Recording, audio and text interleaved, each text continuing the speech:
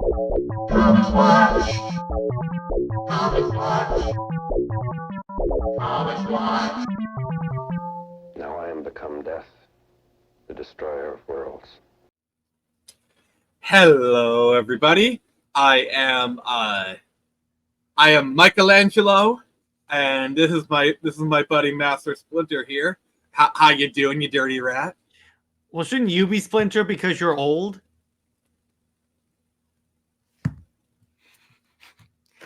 Within 30 seconds, I got an old joke in there. That's a record for me. Yep. And so I figured, we're talking. So basically, we're gathered here today to talk about The Last Ronin, a series that kind of came out of nowhere and just really took the comics by storm. Like I remember when these were coming out, and this brought Turtles back in a big degree. So I do have a turtle shirt, but it's long sleeve, so I got the next best thing. Yeah, me too. There you go. We're twins. Mm-hmm. So what's kind of funny about this, that this was taking the world by storm is kind of understating it, because this thing sold like crazy. Because basically what it is Dark Knight Returns, but for turtles. That's what it is. Dark Turtles Return. Essentially, but you can tell this was a passion project because they got the band back together. Like, Jared, could you please read off the credits of this book? Yeah, so what we got here is story by Kevin Eastman, Peter Laird, Tom Waltz, script by Eastman and Waltz, pencils and inks by Isu Escorza, Ben Bishop, Isaac Escorza, and Kevin Eastman, and layouts by Kevin Eastman.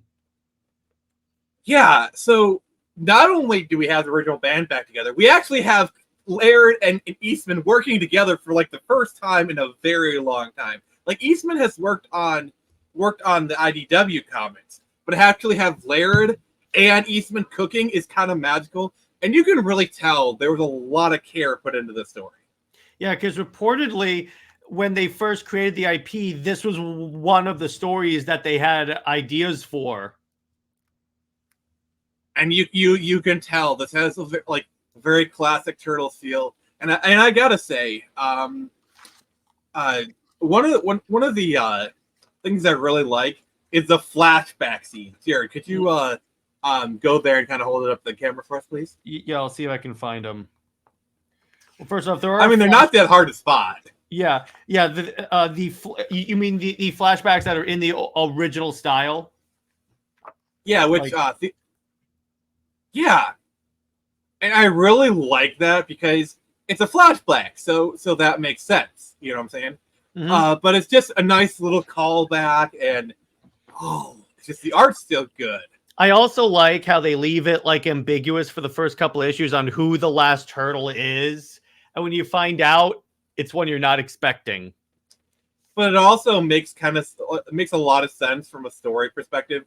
The least responsible turtle now has the weight of responsibility on his shoulders. It's a very classic character archetype, and it is so effective here. Yeah, exactly. And it's one of those things where, yeah, exactly. You wouldn't expect Michelangelo, spoiler alert, to be the last Ronin. And it's kind of sad because throughout the story, you see Mikey has hallucinations and conversations with the other turtles. It's a little sad. And I'm like, oh man, my heartstrings. Mm-hmm, mm-hmm. The only criticism I would give is the daughter of April O'Neil and Casey Jones. She is a bit girl bossy. I'm sorry, I have to say it. She is a bit like, I'm good at everything. I'm going to show up you, turtle. Yeah, exactly. And she becomes the student, but she's like the greatest student. So yeah, there is that. In other words, they Ray Skywalkered her, but other than that, I think everything's pretty cool. I like the idea of April being a cyborg because of everything that got blown up. Yeah, definitely great for a character. Also, you notice she's still a ginger. Yes, exactly. It would be hilarious if she was wearing a wig the whole time and she just takes it off and she's actually a blonde. Or a brunette that looks like Megan Fox. I know what scene you're referencing, and I don't like it. Yeah, exactly. But yeah, plus honestly, the thing about The Last Ronin is it slots very well into like the modern story trends we have of like old IP. It's time has passed, and now one like the last ride of the cowboy kind of thing. Yeah, exactly. And he comes back because he has the responsibility to get revenge for his family. And I kind of think it's funny how he thinks he's going to stealthily move through New York, even though he still looks like a turtle. Well, does he still have his trench coat and fedora?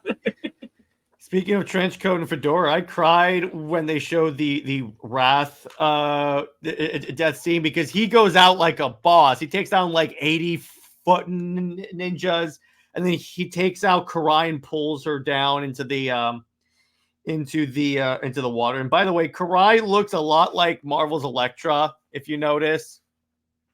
Yeah, well, that just honestly that just ties like because you got to realize. Yeah. The Turtles were born from the same ooze that created Daredevil. In fact, they were even inspired by Daredevil in terms of like the comic book creators when they were coming up with them. Not just that, but like so Daredevil battles the hand. The Turtles battle the foot. And the Lions battle the torso. Who I had to. Who battles the femurs? Now you know how it feels, Nick. Now you know how it feels. Wonder Bat. I don't care. It's your show. You can drag down your show with a BS ship.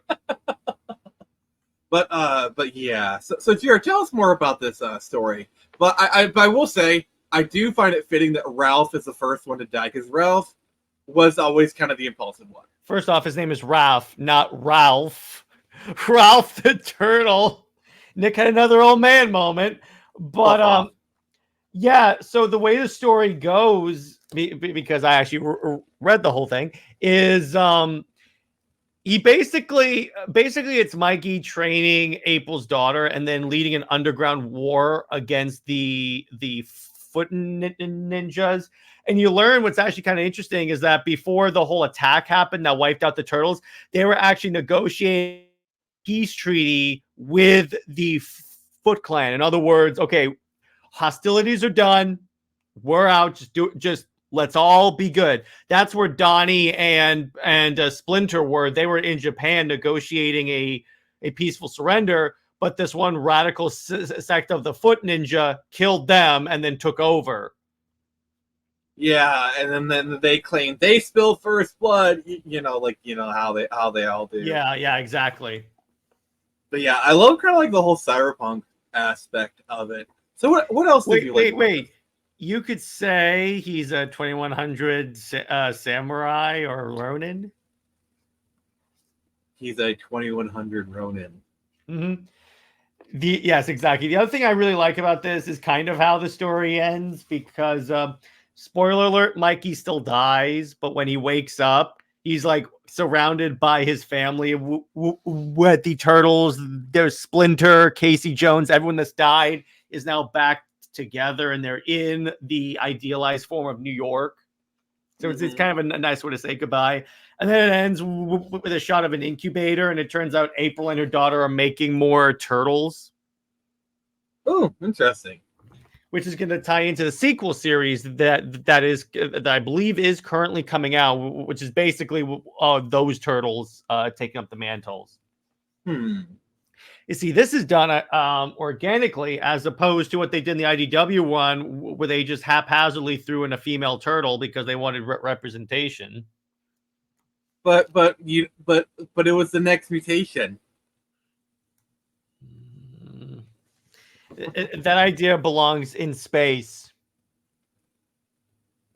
I love that you got. Yeah, and I also really like April's dealing with PTSD after like everything that went down. She doesn't want to lose her daughter because obviously with everything that happened, she's a little concerned. And I also Yeah. like her dynamic with Mikey. I like how he's using all of their weapons. That's part of the reason why no one knew for like the first issue or two who the Ronin was, because he was like using everyone's equipment. Yeah, and I love how it's like he had one sai, he had one broken katana. You know, it's like it's obvious it was all kind of for wear. But yeah, I definitely enjoyed this. Do you have any other criticisms for this? Criticisms. I mean, I guess. I mean, the way I would criticize this is that in some ways you do have to know like Ninja Turtle lore in order to understand some of the elements that goes on. It does a good job of like being relatively standalone, but I think it would have at least done better if it were a little more standalone. In other words, you don't necessarily have to know who these characters are in order to understand. Yeah, the stuff with the robot, I was completely lost. Yeah, me too. I was like, who's this? Who's this? I knew roughly who Stockman was, ironically, from the movie, but with Michael Bay. But still... Yeah, and I knew who Karari was. I was vaguely aware who Karari was. Enough to at least kind of follow along the plot. Yeah, I knew who Karai was, and her name is pronounced Karai, because I saw the old CGI TMNT movie with where Raphael becomes Batman. Oh, so also, do you know who voices Splinter in that one? Who? Mako. From who? From where? Mako voiced Iroh in Avatar. Oh, Iroh. I had to. There you go. I had to. There you go. That's just part of my fun. But yeah, and by the way, that movie is supremely underrated. I have maintained that. That's actually the tie-in game for that movie is the only one I ever 100%ed. I got every single achievement, every single everything. Well, how about that? Yeah. So I think Last Ronin kind of proves that there is a hunger for these kind of stories, a hunger for like this kind of stuff, and I would honestly go out and say it's a bit of an underserved market. So, let me ask you this. Okay. What other IPs would you like to see the post-apocalyptic Last Ronin treatment put in there? Well, okay, we're gonna get out of my head, Jared. First off, yeah. Because that's literally what I was thinking about doing next. But we've been friends for way too long at this point. All right, so Jared, what would you give this rating to this book? As the guy that read the whole story, I would give it about a 9 out of 10. It's still fun. The whole standaloneness is not enough to really take me out of the story because I still got there were a few like Easter eggs that I didn't get. But as long as I can understand the basic plot of the story, I'm fine with that. So it was like, okay, not 9 out of 10. There were some points that I would improve, but overall, actually pretty dope. I loved it. Yeah, and then as for me, I'd give it a 9 out of 10 as well. Really great story. The girl boss stuff does kind of detract, and also the prior knowledge is a bit of an issue. Mm-hmm. So, I basically for rest of this episode, I wanted to talk about what IPs could benefit from the Last Ronin treatment. This is what I was going to do, but then Jared somehow got into my head and stole the idea from me. Get out of my head, brother. I got one out of left field. Witchblade. Okay, explain. Okay, so what you could do is you can make it because the idea of the Witchblade is that it's like an animatic god force that like possesses someone. Now, what if some government agency figured out a way to like replicate that, creates an army of Witchblades and darknesses and stuff, and takes over, and Sarah has to work with Ian to like retake the city after like, let's say 20 years pass. Or better yet, you could make it super in the future, and the only thing keeping them alive is their Witchblades. Like they're practically immortal because of it. Hmm. And then you can make it at the end, they die, and then the new one comes in. All right. I like what you're doing, brother. So here's mine. Power Rangers. They did it. It's called Shattered Grid. No. We're talking Last Ronin kind of style story. Okay. Yeah, you could do that. It's called The Last Morph, and it stars Billy as all of his basically he's 60, he's kind of 50, 60 years old, and all of the other Rangers have been killed, blah blah blah. And it's now almost like that sounds similar to Once a Ranger. I'm like, a little bit. Could he misspeak at one point and say it's Morbin time? I had to, dude. You can't. That's low hanging fruit, Nick. How did you not see that coming? Okay, what other like Last Ronin style stories do you think would work? Because we're basically talking about like a team, but it's like the last one of that team kind of. I got it. That's the structure we're playing with. This was an idea that I had a long time. Justice League. Now hear me out. It has nothing to do with the Nightmare timeline. So my idea for a story was that the Greek gods, like the actual Greek gods, were jealous of the love and adoration that the League got, because remember, that used to be them. So they attack and basically take out the League, leaving only Wonder Woman to essentially try and put the world back the way it was, except at the end of it, she dies and ascends to Olympus with Superman for obvious reasons. The last Spartan. The last Amazon, because she's not a Spartan. Yeah, whatever. I wish she was, but that would be Assassin's Creed Odyssey then. Oh, by the way, Jared, I demand to see fan fiction where Wonder Woman is teaming up with Leonidas, and it's called the 301. 301? No, or the Wonderful 300. Basically, you put Wonder Woman in the story 300, and she's dating. That could Leonidas. actually work really well. That'd be fun. Basically, the Amazons send Wonder Woman to Sparta to assist them. Or no, wait, no. It's her mother. Well, you could just do it where like the time where like she is where like the person that washes on shore is Leonidas on Themyscira, and then he goes, I'm fighting a war against the Persians, and I need someone to come help. And then Diana armors up. Actually, no, I got you one better. So, one of the 300 that's not Leonidas comes, and a young Hippolyta suits up in the Wonder Woman armor and goes, and she falls in love with Leonidas, and they have a child. It's Diana. Dude. Okay, that's better. That's way better. Diana is, and you know what's kind of funny? She does the Spartan kick, and then Leonidas goes, "That's my girl." No, like, I'm seriously, Jared. If either one of us gets to write Wonder Woman, we need to write that story. I'm basically going to do that. We're basically, it's the ghost of Leonidas that says daughter. Like, and I am going to, for the movie adaptation, tell James Gunn, I want Zack Snyder to do this. You can't, Gerard. At this point, Gerard Butler comes back. He's her father. And Gal Gadot comes back. I'm like, you got to give this to me, James, because this would sell. Particularly if it's directed by Zack Snyder. Imagine just Gal Gadot saying this is Sparta and then kicks Ares down. Yes. And then again, Leonidas goes, "You are my child." Oh, no.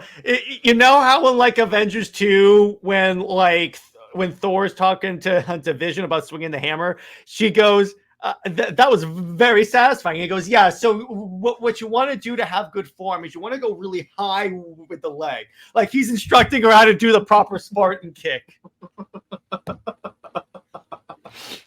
Oh my god, this is That's father son. And Politica comes from behind a tree and goes, "What are you two doing?" Father daughter bonding.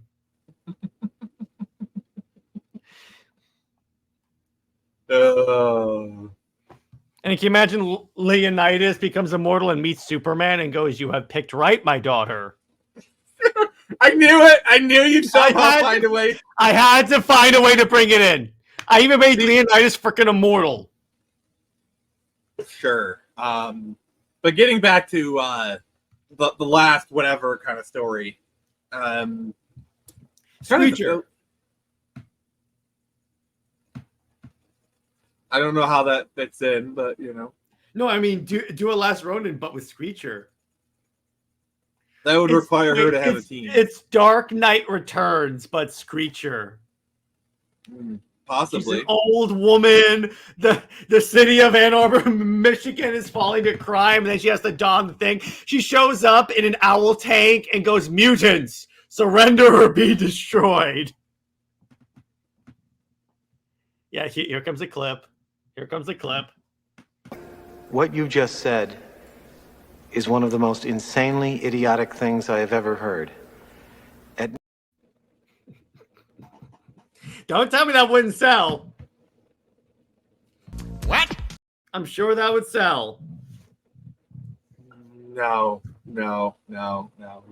Just stop, please. I got one. This would never sell well. Ninja Turtles. Only kidding. So, I got it. It's Justice League Unlimited, and the twist is Bruce Timm actually ships to appropriate characters.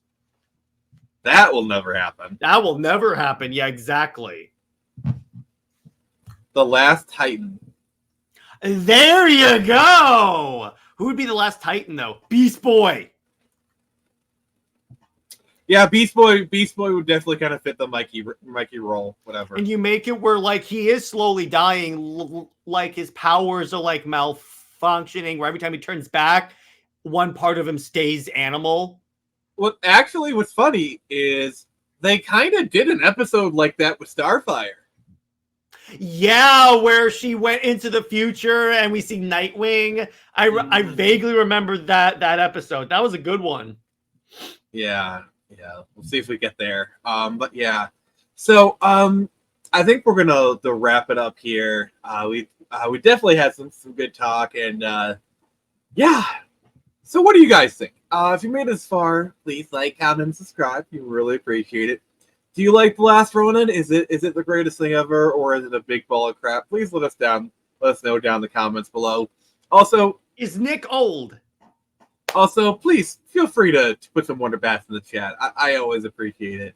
And I'm gonna thumb down every one of those comments. That is your prerogative. So this has been Nick from the Phoenix Press, and remember, I can only show you the door. Wonder Bat.